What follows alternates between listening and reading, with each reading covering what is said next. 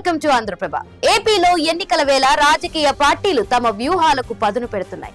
ప్రత్యర్థులపై ఏ విధంగా అయినా పైచేయి సాధించేందుకు అంది వచ్చినా ఏ అవకాశాన్ని వదులుకోవడం లేదు. ఇదే క్రమంలో అధికార వైసీపీకి వ్యతిరేకంగా జట్టు కట్టిన టీడీపీ, జనసేన ఎలాగైనా సరే వచ్చే ఎన్నికల్లో గెలుపు కోసం శ్రమిస్తున్నాయి.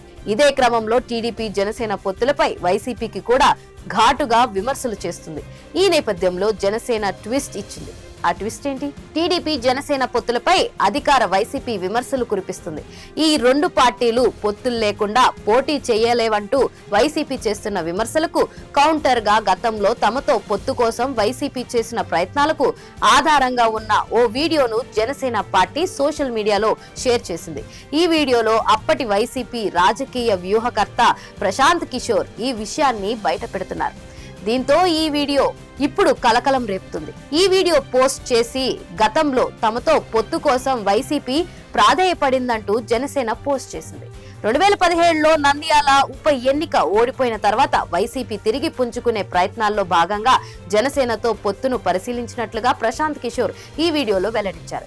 ఈ మేరకు ప్రయత్నించాలని తనకు వైసీపీ నేతలు సానుభూతి పరులు చెప్పినట్లు పీకే తెలిపారు. అయితే ప్రశాంత్ కిషోర్ ఈ విషయాలు ఎప్పుడు ఎవరికి వెల్లడిస్తున్నారో మాత్రం ఈ వీడియోలో వెల్లడి కాలేదు. కానీ వైసీపీ మాత్రం జనసేనతో పొత్తు కోసం గతంలో ప్రయత్నించిన విషయాన్ని మాత్రం పీకే గట్టిగానే చెప్పుకొచ్చారు.